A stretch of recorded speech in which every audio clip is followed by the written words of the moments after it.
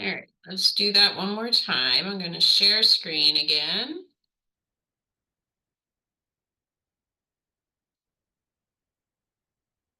Okay, so let's talk about this budget form. And you can see I already have some numbers in here. Okay. Oops. All right. So what I'd like to do is just go ahead and kind of talk you through this. Okay. Um, see, sign in as primary contact. Okay. Um, can everybody still see this? I probably need to stop sharing and share again. I can see it. Oh, you could? Yeah. Okay. All right. I'm gonna make sure the one I'm sharing is the one I can edit. And that is not it. Hang on.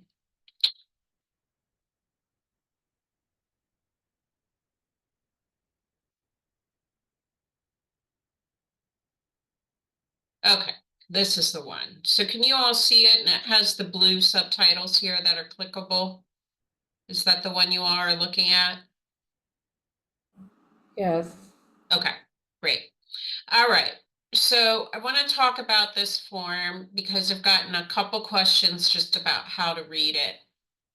So one of the things that Montgomery County Arts and Cultural District recognizes is that a project can cost more than the $10,000 you may receive as a special project grantee from the county. And so they want to see the total project expense budget, not just what you're spending the grant on. And for that reason, they have broken the costs down into different funding sources with a final column, which is the total project expenses. Okay. So let's pretend right now we're just talking about this first column, the special projects grant. What you will notice if you scroll all the way down is that it will total all of the dollar amounts that you enter in this column. And you need to make sure that this number does not exceed $10,000. Okay. If it exceeds $10,000, Montgomery County Arts and Cultural District will want you to edit this budget before you can move forward. So this would be one of those examples of a contingency. You filled out the budget form wrong. We can tell that you're trying, but now you have to redo it before we can move forward. Okay. And that's simply because they want to have an accurate record of what the $10,000 or maybe the $7,500, whatever you receive from them, they want an accurate record of how that money is going to be spent, okay, if you receive the grant. So I'm just going to take that one column and we're going to keep the costs within $10,000, okay? So you click on personnel. And it will take you to the line items where you can enter in how much you're going to pay each category of personnel. So let's say you as the administrator are donating your time, but you want to pay your artistic staff and you've got, say, 5 of them, and you're going to be paying each of them $1,000. So you're going to enter in that total $5,000 amount. Okay. And maybe what will happen then in this case is save my work and return to the previous page. What it is doing up here is totaling at the top of the column for each category the total of the line items. So if I go back in here and say, well, I'm going to spend $250 paying support staff who are running the ticketing, for example, you'll go back in here and you'll see now that it says 5,250. Okay, so that's what's happening here. Now you want to come down here and you can see that our total now is 9,750 because we've got 4,500 already assigned in outside fees where we're paying 2,000 to an outside administrator and again, some of that artistic. Okay, so we're going to save that.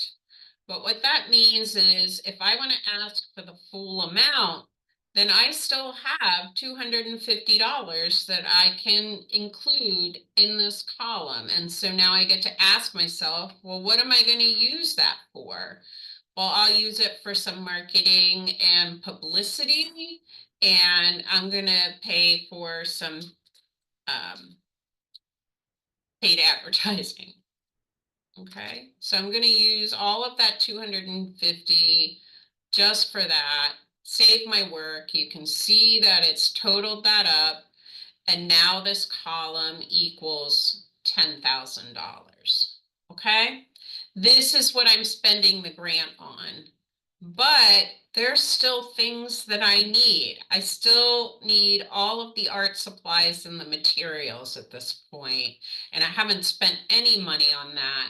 So that's going to come from, that's going to be another cash expense, an additional expense that is not going to come out of the grant. And so now I'm going to come back down here and I'm going to say, for the supplies, the artists have volunteered to donate their supplies. They are going to purchase what they need on their own, but I'm going to record that expense as an additional $2,000. Save my work, return, and now you can see that's added in here, and the total project comes to $12,000. Okay? Is this making sense? All right. So this is a project that's going to cost 12,000, but 10,000 of it is what we're requesting from Montgomery County. The other 2,000, the artists are going to provide on their own. Okay. Now you come down here to the project income budget. All right. Earned income.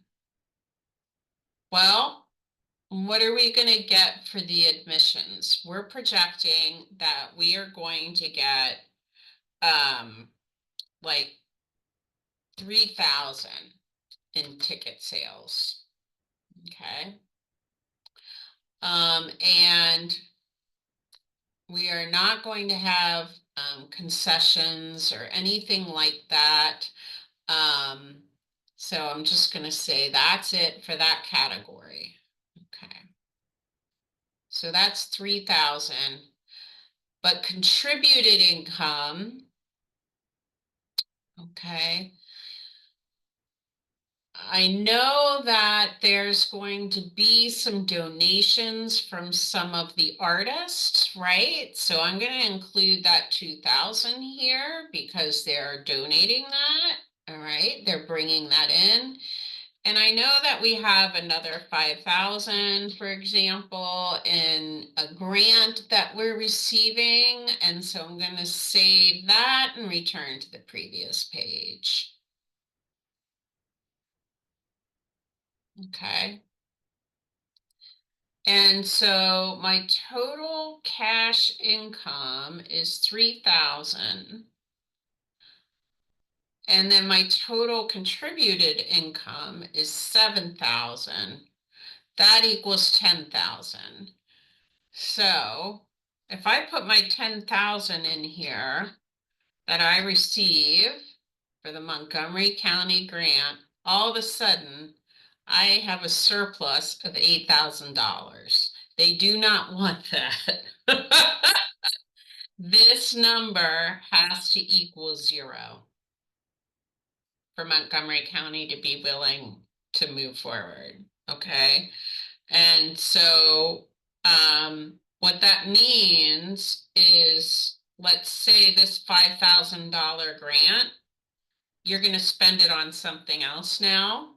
This 2,000, you're going to keep the 2,000. All right. And you're just kind of moving this around. All right. You still have a surplus of 3,000. And so that means you're going to take that out.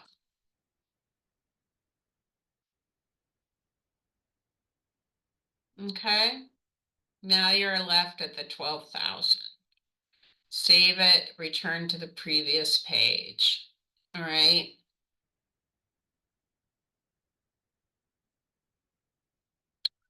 So what you've got here is just the total cash. If you have in kind, you can put that in as well, and then it'll retotal everything over here.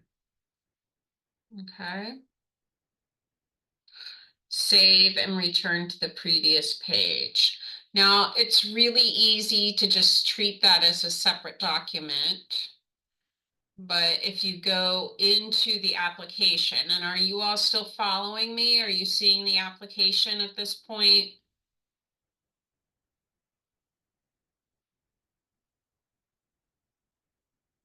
Can you all see the application?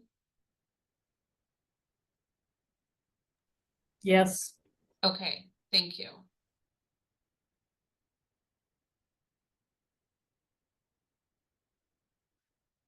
So what you want to remember is that the total project budget, the total organization budget, and the funding request, these numbers need to be the same as what you enter into the budget form.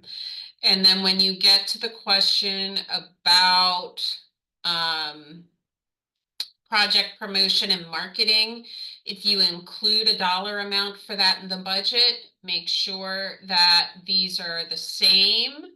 And anything you mention in the story in the narrative section is the same as what you say in the budget. Same here, use of funds. If you're including numbers in the narrative section, which you should be, right? Make sure they agree with what you're saying in the budget spreadsheet and the breakout, okay? If you're not doing that, the panel is going to flag it, because the way it comes across is that you don't have really a cogent plan as far as how you're going to be budgeting for the project, what the money's going toward, and that kind of thing. And please keep in mind, like, it can feel really nitpicky if you're listening to this during the public panel, when they point these small things out. But they actually have to walk this fine line as the panel, where they're protecting, the contributions of the community that are made through their taxes. They want to make sure that they're stewarding the money well. And that's why Montgomery County is invested in having community members on the panel rather than, say, CultureWorks making these decisions, right? It's the community that makes the decisions because the community is funding your work through this grant. And so that's just kind of an important thing to keep in mind, and to take a little extra time to make sure that the numbers between the budget form and the story you're telling actually match up. Okay. And you can use that story section to explain some of the things in the budget form if you're worried about it. So for example, if you're not, you and I have had a discussion about how to categorize a certain line item or something like that, where it should go, and you're still worried about how the panel is going to perceive that. You can actually recognize that in your writing to them, treat it like a letter to them. You're just explaining why you put things where you're putting them, why you think this is a good way to use the money, and maybe a backup plan when you get to that funding reduction question, where maybe you don't get the full dollar amount you're requesting. Okay. So I hope that was helpful. Sherry, does that kind of cover what you were hoping it would cover? Yeah, that's helpful. So you, Yeah. you are, so one thing I would not, I don't know if I would have thought of was, so on the expense sheet, the part that we are putting, that we're contributing by our own labor or whatever, like my administrative costs, you put Mhm. that both there and on the income sheet. That's, and as income. Is that what I saw you saying? Well, let me go back and share screen again here because I want to make sure we're talking about the same thing as all. Okay. So this is earned income. If you're not, this is admissions. I think that's what I was talking about. So like ticket sales, right? Where are you seeing the administration here? So I thought, yeah, we're not gonna have any earned income on this, I don't think. Right, right, Where, right. oh, so under contributed income, I guess, Yeah. but that's, no, okay, so maybe I did misunderstand that. I thought there was a place where you were putting in the same figure that you had under It was expenses probably administration. this, probably this. So personnel is for administration that actually works for your organization, right? Right. And outside fees would be administrative that you hire from outside, say like an administrative consultant or something like that. Oh, okay, Yeah, from outside. So like some of our okay. organizations, for example, have their own artistic staff, but others do not. Others like pay artists to work for them on a contractual basis, like freelancing or Mhm. something. So that's why it's set up that way. Yeah. Okay, so it won't, okay, thank you. Yeah. That's Yeah, helpful. no worries, no worries. I know it. I have to be honest with you, like I Excel and I do not get along. I'm a writer first. I prefer Word or Google Docs, or frankly a pen and paper. So even when I'm looking at an Excel spreadsheet, my eyes go a little haywire. But I, this form, I think in particular, is a little confusing. And, in our other grants that are in community forests, we're able to just post an Excel spreadsheet that people can download and then it's flexible and you can kind of play with it. But this is really kind of a rigid structure that's built into the Montgomery County portal. And so I think just the fact that like the subtitles, the subtotals go up at the same time they're going across, it feels kind of complicated. So please let me know, I want you to know that what happens with the budget form is I do look at it during the eligibility review, but these kind of small things, you would get an email from me after that eligibility review telling you, I need you to fix this before I give it to the panel. All right. So I've got Oh, your back in this way. Because I understand, and Culture Works, I should say, has your back in that way. Um, Part of what we're trying to do is to help applicants become more confident in grant writing so that you can continue to do better each time. And if you don't get a grant one year, doesn't mean you're not going to get it the next. If we're helping you kind of learn how this process works and to keep trying, because honestly, your chances go up each time you apply. So that's the good news and kind of the bad news is that it can take time. But even if you receive the grant right out of the gate, I think it's really helpful to kind of have this support and kind of be able to ask for help when you need it, because we want you to be able to apply for larger grants too, not just our grants, but the Ohio Arts Council and the NEA. There's money out there, and I think of it in those terms. So there's no question you all can ask me where, I'm not going to do my best to get you the information you need. Yeah.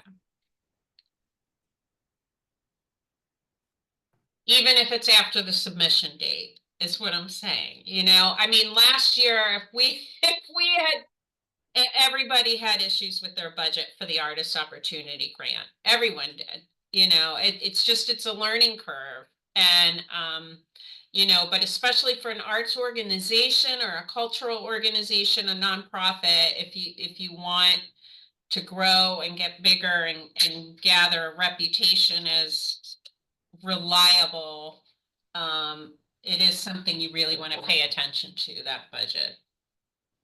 So hope that was helpful for everyone. Yeah.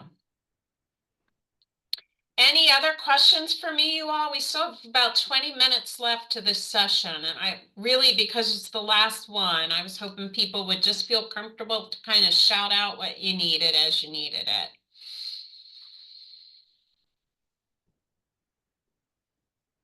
No. Okay. Well, we can stay and hang out and just enjoy each other's company, but I I, imagine everybody I has a do have lot a to do. question. I do Okay, have a question. We wonderful. did submit last year, and Okay. I'm trying to get the feedback on what we missed actually Oh, okay. from last year, so we Yeah. can try Why to don't make it we better this set, year. yeah, let's set up a one-on-one for that. I'm gonna put, since that's a couple of you, I'm saying let's meet one-on-one. Let me get a, I just don't want to talk about individual cases with everybody in the room. Okay, If that makes sense. that's Like if, fine. yeah, I'd rather keep those kinds of conversations private just for the sake of your organization. Um, so what I'm gonna do is put in the chat a link that you can follow, and it'll give you access to my calendar, and you can schedule a one-on-one with me that way. You'll see all of my availability. So just give me just a minute to get that link for you all. All right, thank you. Sure.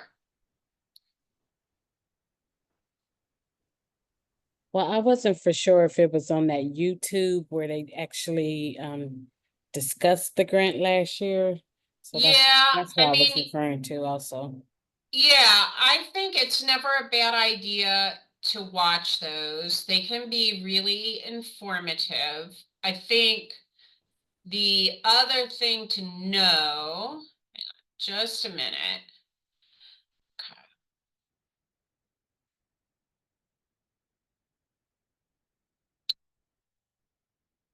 All right, I'm getting that link in the chat. So there you go. And if you click on that, you should see my calendar and you'll be able to schedule, I think it's like a 15 or 20-minute meeting with me. The other thing about that is if you scroll down a little bit on the registration form, you'll see there's a place to include other additional email addresses. So if there are colleagues that you would like to come to the meeting as well, you can always enter their email address there and they will also receive an invitation. All righty, Okay? thank you. Yeah, yeah, no worries, no worries. Um, so yeah, I think it can be helpful to rewatch the panel review from last year. I was really new at that point as well. I'll be honest. Like I came in and the intent to apply, everybody was already applying for the grant when I started on my first day. And so then like one of the first things I did was that public panel session. And full transparency, I was not happy with the way it went. And I don't think that was necessarily anybody's fault. It was just, I was really new. Karen Maynor, my predecessor, had just left. She had been the person to set everything up. The panelists knew her better. The applicants knew her better. And I was just kind of coming in like trying to grab it all and run with it. And it happened very quickly that I received the position. So I just wasn't quite ready for all of that. What I will say now is, and I hope this is helpful, I feel like I have a much better handle on it, and I know the panel, and they've gone through a particular type of training with me about how I would like to see the panels go from now on. And the other thing that I do now that did not happen last year is that um, I copy and paste the feedback that the panelists writes on the rubric, the scoring rubric, while they read your application into a form that you receive via email within weeks of the public panel session. So you will receive that feedback from me, whether you receive the grant or not. And it's not a summary of what they said, it's a copy and paste of what they wrote on the application in their comments. It's anonymous because we want to protect the identity of the panelists, but at the same time, we want to be fully transparent and we want you to see that feedback. Okay? So that will happen after the public panel. You'll get that email. And then on top of that, you can meet with me one-on-one and we can go through that feedback line by line if that's what you want to do. Okay? Is that helpful to hear? I hope. Yes, thank you. Yeah, yeah. Which organization is yours? I can't We're remember. Abundant Life Christ-Centered Ministry. Okay, okay. I remember what the big thing was. Mm-hmm. Yes. I'm going to stop recording. Okay.